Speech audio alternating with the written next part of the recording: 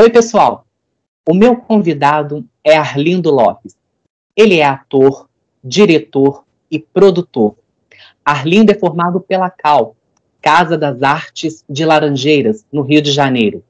São quase 30 anos de carreira entre trabalhos na televisão, no teatro e no cinema. Nos palcos, ao lado de Glória Menezes, Arlindo brilhou no espetáculo Ensina-me a Viver.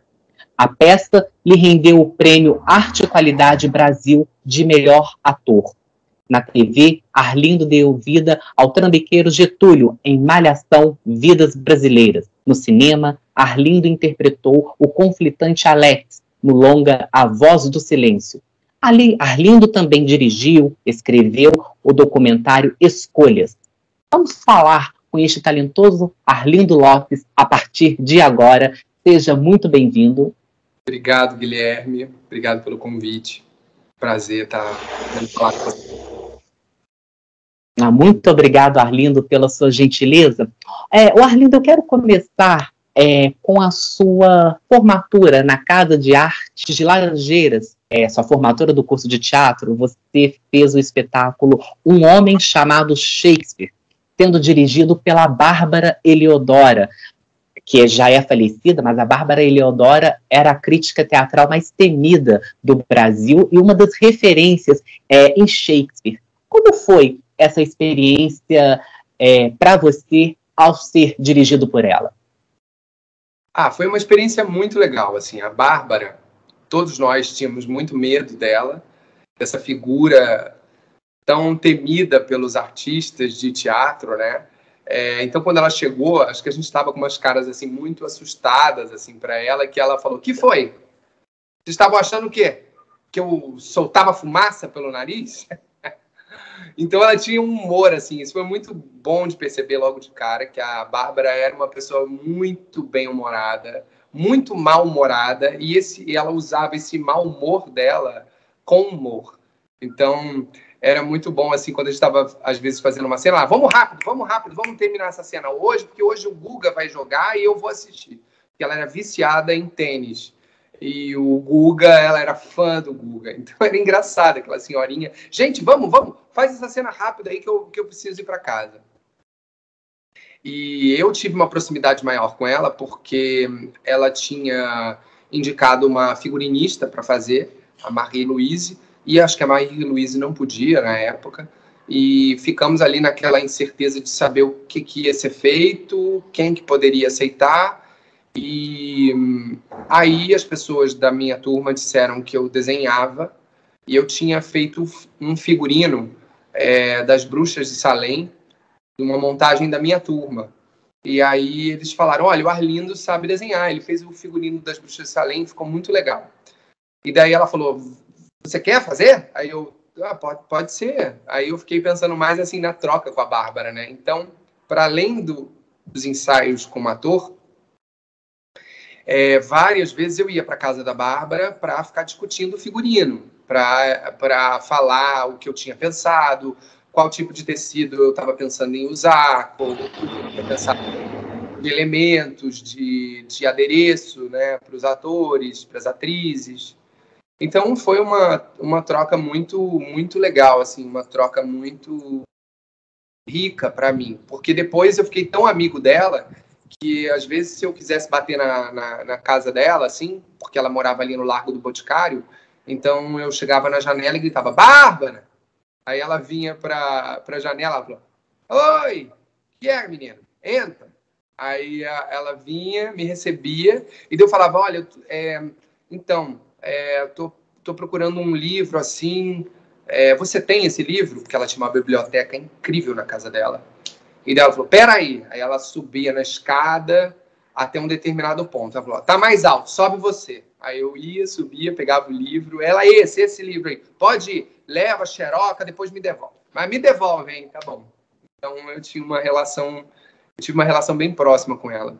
As pessoas até, alguns elencos de peças que eu trabalhava, diziam: ele é protegidinho da Bárbara. Mas não era não, porque inclusive teve peças que ela me assistiu e ela falou mal de mim junto com o restante do elenco. Então, ela não me protegia assim, não.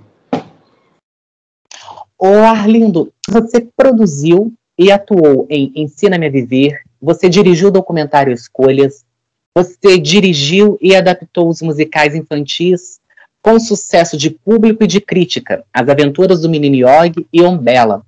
Ambos foram premiados.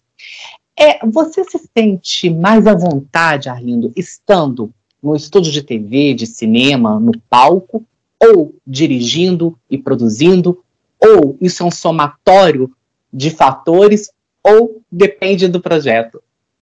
Eu acho que é um somatório. Eu descobri por um acidente, né? Que era, eu digo um acidente porque eu fui até a casa desse casal de amigos e eu estava cheio de dor de coluna e eles foram me colocar numa posição lá, numas posições de yoga, de liberação, né? Muscular. E, de repente, o Antônio Tigre, que é o autor das Aventuras de Menino Yogi, o autor do livro, né? Ele estava fazendo um ensaio de uma contação de histórias. E eu fiquei prestando atenção e pronto, a partir dali ele me convidou para dirigir. E eu, que nunca me imaginava dirigindo, me vi nessa posição, gostando dessa posição, encontrando um prazer diferente de atuação, né? E foi muito legal, assim. Aí, obviamente, assim, todos os projetos levam muito tempo para acontecer, né? Então, você pensa um projeto hoje, dali só há 4, 5 anos ele vai acontecer. Se você tiver sorte e ele for selecionado antes, ele até acontece antes. E aí, Umbella vem na sequência. Mas eu gosto muito, tanto de atuar, são prazeres diferentes, né? Quanto dirigir. Só produzir, eu produzi umas oficinas de clown e tudo. Ainda, estou ainda trazendo isso para mim, que é produzir os projetos de amigos e amigas que eu quero ver no palco, sabe? E aí eu tenho ali uma posição como um produtor artístico. Ainda é uma coisa que eu estou descobrindo, porque normalmente você tem pessoas de produção que dirigem a produção ou fazem a produção executiva, e normalmente esses produtores, essas figuras dos produtores não são figuras artísticas, não são figuras que fazem escolhas artísticas. Assim, para mim isso é interessante, estar ligado na produção se eu tiver na produção artística. Então eu quero encontrar o valor disso e entender se o mercado também vai valorizar esse tipo de trabalho, né? O Arlindo, dirigir, você dirigiu alguns espetáculos, mas dirigir possibilita para você um olhar mais crítico quando você está no palco interpretando um personagem? Sem dúvida. Eu acho que todo ator, toda atriz, ou todo cantor ou toda cantora deveriam se produzir. Primeiro de tudo, eu acho que todo mundo deveria se produzir porque a gente ganha uma maturidade, ganha um entendimento assim, de um orçamento, né, de que os valores são altos quando você resolve botar um projeto, né, dar vida a esse projeto, botar ele para acontecer. Então, acho que todos os artistas deveriam se produzir em algum momento. Quando eu descobri a questão da direção, eu também entendi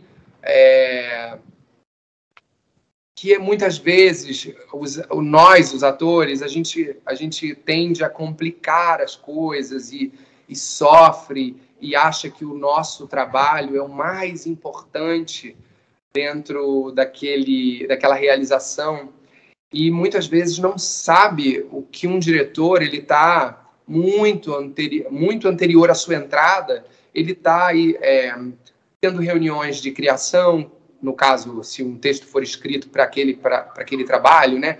Então ele tem uma fase de brainstorm, de desenvolvimento com roteiristas, com escritores, dramaturgos. Depois tem a fase toda de elaboração, de criação, onde o diretor se reúne com figurinista, cenógrafo, visagista, diretor musical. Então, assim, é um trabalho muito complexo que envolve muitas camadas, e a tendência é a gente compreender que o trabalho ele é feito de muitas dessas camadas até chegar no resultado final.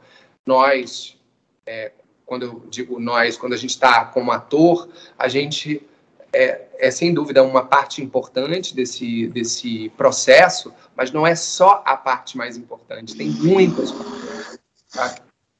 Então, eu acho que isso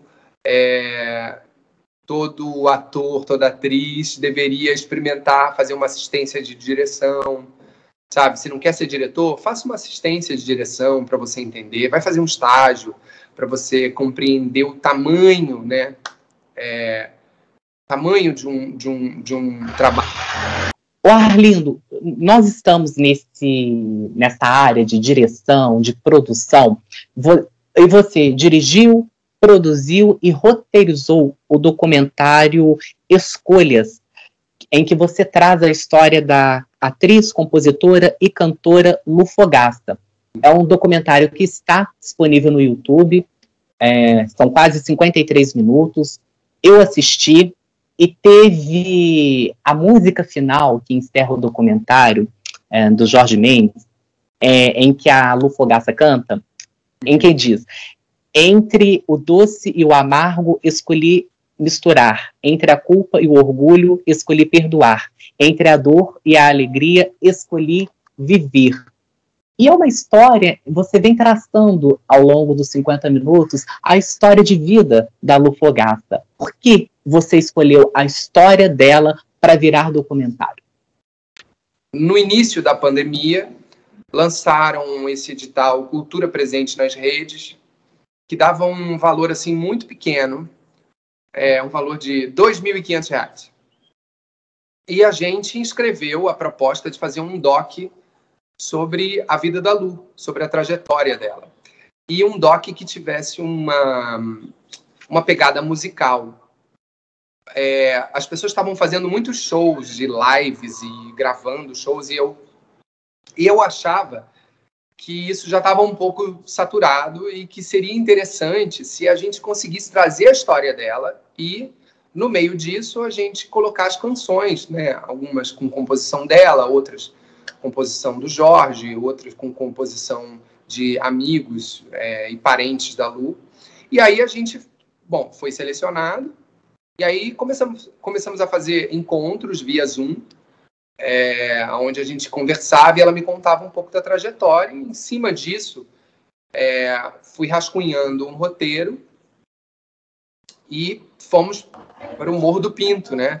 Onde ela passou boa parte assim, da infância e da adolescência. E é um pouco ali o ponto central da história dela, como é que ela foi parar no teatro, depois na música, através da igreja, através das escolas de samba. E a gente achou muito legal assim, poder abordar isso. E aí, fizemos com R$ 2.500, cada um ganhou R$ 383 para fazer esse trabalho, mas as pessoas estavam muito apaixonadas para fazer, sabe? E o que a gente tem é um resultado de um projeto que eu me orgulho muito, gosto muito, assim, que a gente conseguiu fazer isso com R$ 2.500, e agora a gente tem vontade de continuar fazendo isso com outras cantoras e outros cantores, né? Que é dar seguimento a um projeto que foque num artista e conte a história desse artista e também vá contando um pouco a história com canções. Aí eu chego lá no teatro para falar de Ensina-me a Viver, uma peça de enorme sucesso, em que você fez junto com a Glória Menezes. É um espetáculo baseado no livro do Colin Hinds, que você trouxe para o Brasil. Você fez o Harold, a Glória fez a Maud, e o seu personagem, ele é obcecado pela morte, e a personagem da Glória, ela vem com uma visão particular da vida dela. Esse espetáculo rodou o Brasil. Foram quase 8 anos, né, Arlindo, de espetáculo em cartaz. Esteve aqui em Juiz de Fora, em 2009. Nossa, parece que foi numa outra vida falando assim, mas tem 12 anos que o espetáculo esteve aqui na minha cidade. E para o Arlindo Lopes, o que o Ensina-me a Viver te ensinou a olhar a vida? Olha, foi uma experiência muito longa e uma experiência muito rica em todos os sentidos, né? Desde as viagens, né, que a gente fez pelo Brasil, quase todo, até a minha proximidade e amizade com a Glória, que, sem dúvida, é uma pessoa que tem uma história muito importante, né, para nossa televisão, para o nosso teatro, para o nosso cinema. Então, foi muito incrível poder ter essa experiência, sabe? No primeiro projeto que eu resolvi produzir, o projeto cair no gosto da crítica, do público sabe, e qualquer lugar que a gente parava com a peça, lotava e tinha que ter sessão extra e tinha que voltar. Enfim. Arlindo, foi uma experiência muito legal. Desculpa, só fazendo um parênteses na sua resposta. A Bárbara Eliodora foi uma crítica ferrenha ou uma crítica doce ao seu espetáculo? Foi uma crítica linda, assim. Eu acho que ela sabia do meu desejo de montar a peça e ela fez uma crítica carinhosa, assim, onde ela dizia que o meu amor pela peça, o meu desejo de fazer aquilo, ultrapassava os limites do palco e das coxias e chegava até a plateia. Então, foi muito legal, assim, a crítica dela. Eu achei, particularmente, ela sabia o que ela estava falando porque ela viu o tanto do tempo que eu levei para montar a peça, né? Eu levei 4 anos tentando captar. Então, já estava assim, já não sabia mais se eu ia conseguir, né? Porque ficou muito tempo. Então, foi uma experiência muito, muito incrível. Eu me orgulho muito de todos esses anos que a gente esteve com a peça. Foram muitos aprendizados. Aprendi a fazer a peça. Bom, teve de tudo, né? Desde cair a luz e a gente fazer com luz de serviço, até o quebrar o meu dedo em cena e continuar, até o balanço que eu e Glória subíamos, despencar no chão e a gente seguir fazendo a peça. Então, assim, teve de tudo, dos nossos microfones falharem, e aí você vai se virando, né? E aí a gente descobre que a peça, se você mantém a sua verdade ali, a sua emoção na hora de contar, independente de qualquer coisa que esteja acontecendo em volta, o teatro, ele é mágico, assim, ele acontece, né? Então, quem esteve nessas plateias desses acontecimentos, sem dúvida, pôde ver uma sessão especial que nunca mais vai se repetir, né? Então, essa é a mágica do teatro. Num dia nunca é igual ao outro. Então, foi muito legal. É uma experiência que me amadureceu muito enquanto produtor, enquanto ator. Enfim, foi incrível. Arlindo, você fez a peça O Jardim Secreto, que é um espetáculo inspirado no livro da inglesa Frances Hodgson. Seu personagem é o Gregório. Os nomes foram modificados, né, na adaptação feita aqui no Brasil. Seu personagem é o Gregório, que no livro corresponde ao Colin, que é um menino aparentemente doente e que vive trancado no quarto até a chegada da prima dele. Ele conhece a Miranda, é o nome da prima. No original é a Mary. Na peça adaptada aqui no Brasil, ela passou a se chamar Miranda. E eles descobrem juntos O Jardim Secreto. Esse livro da inglesa Hodgson, é um livro de 1911, tem um texto de 110 anos. Na sua visão, é um texto atemporal? É um texto que envelheceu bem com o avançar dos anos? Sim, eu acho que a história é super atemporal. É uma história que pode ser montada quantas vezes as pessoas quiserem.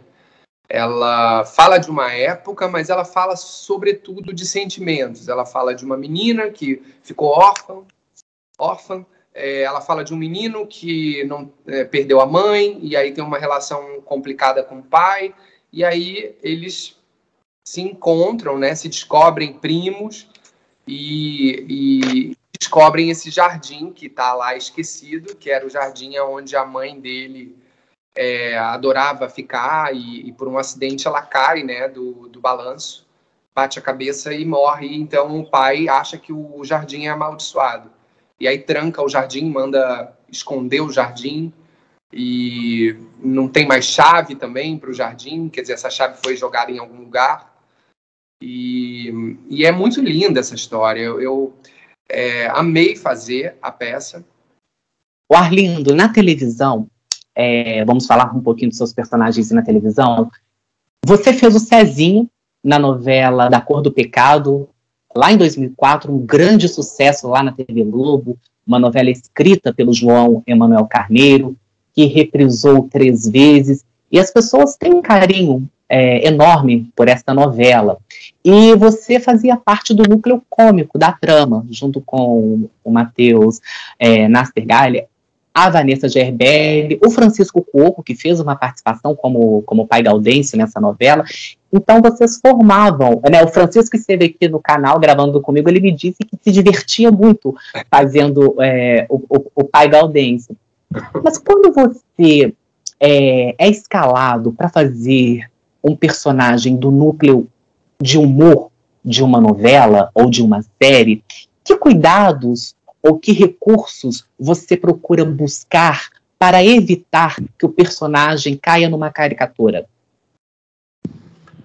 Olha, primeiro, isso tem muito a ver com a direção, né? Acho que a Denise Sarraceni é uma diretora que detesta caricaturas. Então, ela gosta de humanizar mesmo os personagens.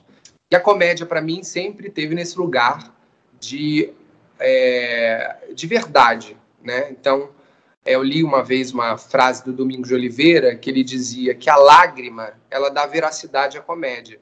Então, eu sempre tratei a comédia não como uma gag ou como tipos de personagens, né? Eu acho que tem muita gente que faz isso brilhantemente. Eu adoro ver os atores que conseguem fazer isso,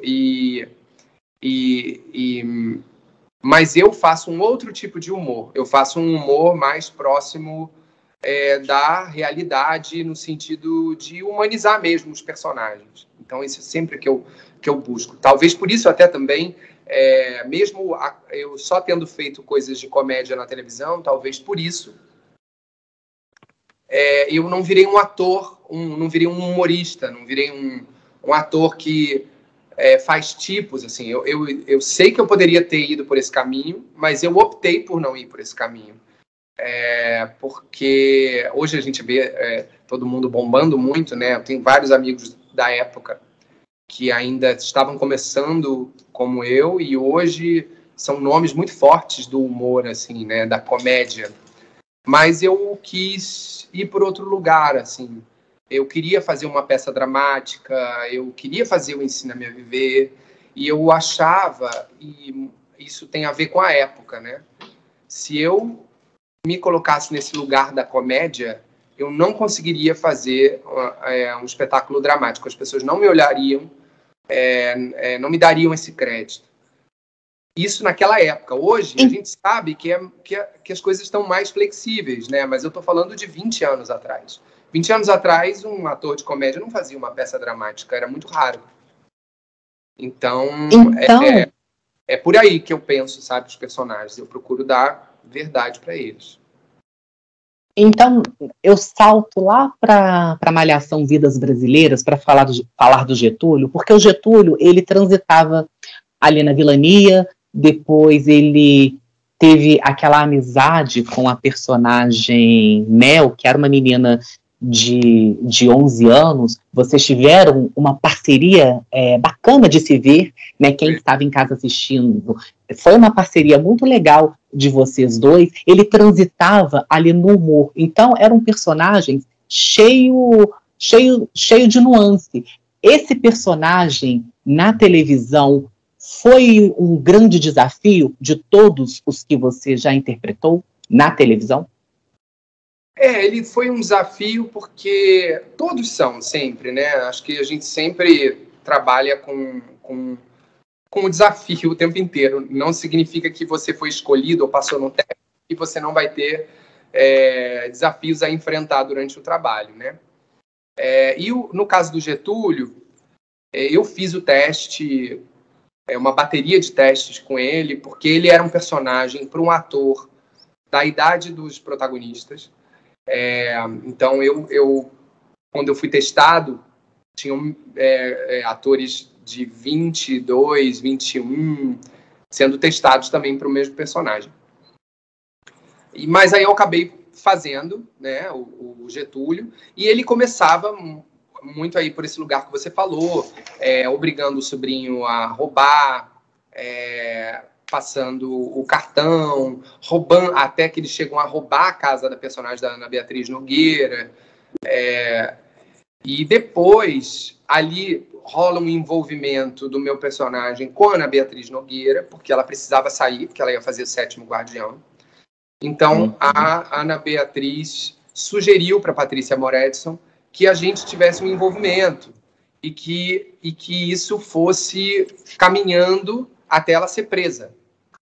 E foi o que aconteceu. Só que quando me juntaram com a Ana Beatriz Nogueira, que já é uma atriz que faz comédia assim, os nossos personagens acabaram indo para um outro lugar, muito improvável, que eu não sabia como... Caramba, eu estava fazendo o vilão, de repente o vilão se apaixona pela mulher que ele roubou. Então isso já foi um desafio. E quando a Ana sai da Malhação, virou um desafio para a Patrícia Moretson e para mim, para onde o Getúlio vai agora. Porque ele não tem mais a parceira dele, ele não é mais o cara que pede para o sobrinho roubar, mas ele ainda é um pilantra. E aí ela começou a desenvolver a história dele ali no bar, né? Roubando os trocos, querendo passar a perna na professora de matemática, até que ele conhece a Mel. E aí aquela amizade também super improvável do bandido com uma criança, né? Então foi muito desafiador para mim, porque o personagem, a cada bloco, ele ia para um outro lugar, assim. Eu me lembro que a Patrícia, a gente se encontrou no final da novela, ela falou, olha, obrigado, desculpa, porque eu fiz você ir para lugares, assim, que não estavam programados, mas a gente ficou muito feliz que tudo que a gente mandava para você, você ia. Mas tinha momentos que eu falava, meu Deus, eu não sei fazer isso, não consigo imaginar esse personagem nesse lugar. Mas a gente foi fazendo juntos, assim, com a direção, com a Patrícia e com as minhas parceiras de elenco, né? Arlindo, eu tive a oportunidade de assistir o filme que você participou, chamado A Voz do Silêncio, do diretor André Riston. Um filme em que traz, eu posso dizer que traz na espinha dorsal a solidão dos personagens. O seu personagem é o Alex, é um personagem que é soropositivo e por conta disso ele foi expulso de casa pela Maria Cláudia, que é a mãe dele no filme, o papel que é interpretado pela Marieta Severo. A forma como o filme terminou, você acredita que as relações familiares, elas poderiam ser reconstruídas? Olha, eu sempre me perguntei sobre isso, assim, sobre o final, né? Se eles, de fato, se reconectariam, né? Tem parte de mim acha que sim, parte acha que não, assim, que eu acho que alguma coisa foi rompida ali, e talvez esses personagens não voltem a se ver. porque eu acho que o que acontece especificamente na história desses personagens, é que era um relacionamento tóxico ali, dos dois, eu digo da mãe e do filho, né? E também um relacionamento baseado em mentiras, porque ele não dizia qual era a opção sexual dele, ao mesmo tempo eles são evangélicos, então também não era permitido que ele seguisse esse caminho, porque eles são muito radicais, né? E de repente ele descobre que ele tem um desejo, né? Que não vai alcançar as expectativas da mãe, e no meio disso ele se contamina, né? E isso acontece muito, assim. Eu, nas minhas pesquisas, assim, eu fui ter contato com os grupos de apoio a soropositivos, e eu vi jovens de 17, de 15 anos que numa primeira transa gay não usaram camisinha e pegaram HIV, né? Tiveram a falta de sorte de acontecer com eles isso. E nesse momento que eles mais precisariam do apoio da família, eles tiveram um apoio negado, eles foram expulsos de casa. Então, eu vi 2 exemplos assim na minha frente que eram muito semelhantes à história do Alex com a Maria Cláudia. Ó, Arlindo, Holocausto Brasileiro, o livro da jornalista Daniela Arbex, virou uma série chamada Colônia, que retrata o horror do hospício Colônia de Barbacena, aqui em Minas Gerais. O seu personagem é o Gilberto, que está internado. Ele foi expulso de casa por ser gay. O livro da Daniela em si é muito forte. É um livro que conta com uma riqueza de detalhes todos os horrores desse hospital Colônia. Mas o Arlindo Lopes, quando aceitou fazer parte deste projeto, como você saiu depois das filmagens desse seriado? A gente teve umas 2 semanas de preparação com o Luiz Mário Vicente, que é o preparador que trabalha muito com o André Riston, e foi intenso, assim. Na segunda semana de preparação foi bem exaustivo, foi triste a gente, de alguma forma, passar por aquele exercício das experiências que aquelas pessoas viveram, né? Porque as pessoas capinavam com as mãos o capim, e esse capim virava o colchão deles. Então, a gente fez toda essa dinâmica, e, obviamente, o capim corta a mão, então a gente ficou com as mãos todas cortadas, lembrando, claro, que o Luiz Mário sempre deu para a gente, caso o exercício, caso aquela dinâmica esteja sendo muito forte, que para a gente, emocionalmente, a gente tem o direito de dizer, não quero parar. Mas é óbvio também que a gente está ali testando os nossos limites, até onde a gente consegue, né? Então foi muito intenso, foi muito emocionante fazer aquilo. Então, quando a gente começou a filmar, eu tinha, antes dessas 2 semanas, um medo de como é que vai ser esse processo. Meu Deus, fazer um interno do Colônia, né? Como é que vai ser isso? É pouco tempo de preparação. Mas, né, depois dessas 2 semanas, a gente estava totalmente mergulhado no universo, né? Algumas cenas a gente ensaiou com o André e com a Suzy Milstein, que era assistente de direção do André. As cenas do Gilberto no decorrer da série, né? Que ele vai adoecendo.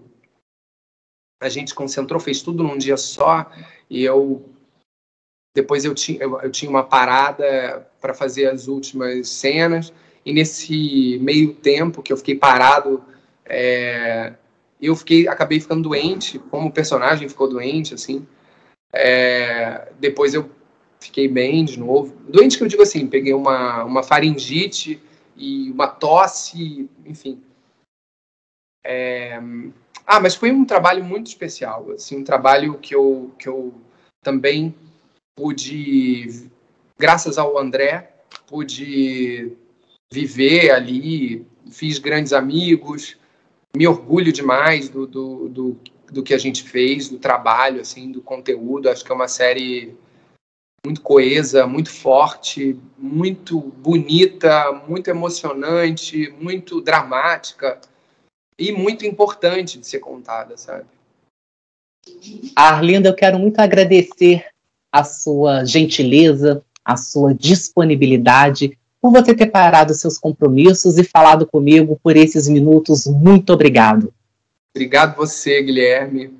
É sempre bom poder rememorar histórias e falar de trabalhos e de alguma forma, não sei, poder despertar em artistas ou não artistas essa possibilidade de você produzir os seus projetos, de você acreditar nos seus sonhos, seguir, tentar tirar do papel aquela ideia, né? Eu acho que eu hoje estou aqui falando com você sobre todos esses outros trabalhos, graças também a esse movimento de me produzir, de criar, gerar uma oportunidade de trabalho para mim e para as outras pessoas. Eu acho que se esses minutos aqui de conversa puderem, de alguma forma, ajudar novos artistas ou, enfim, qualquer pessoa, já valeu.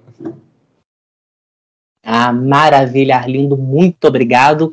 E a você aí de casa que assistiu essa conversa, aquele agradecimento sempre muito especial. Se você gostou, dê o seu joinha e, por favor, inscreva-se no canal. Se Deus quiser, na semana que vem, estaremos de volta com outra entrevista. Um abraço e até lá!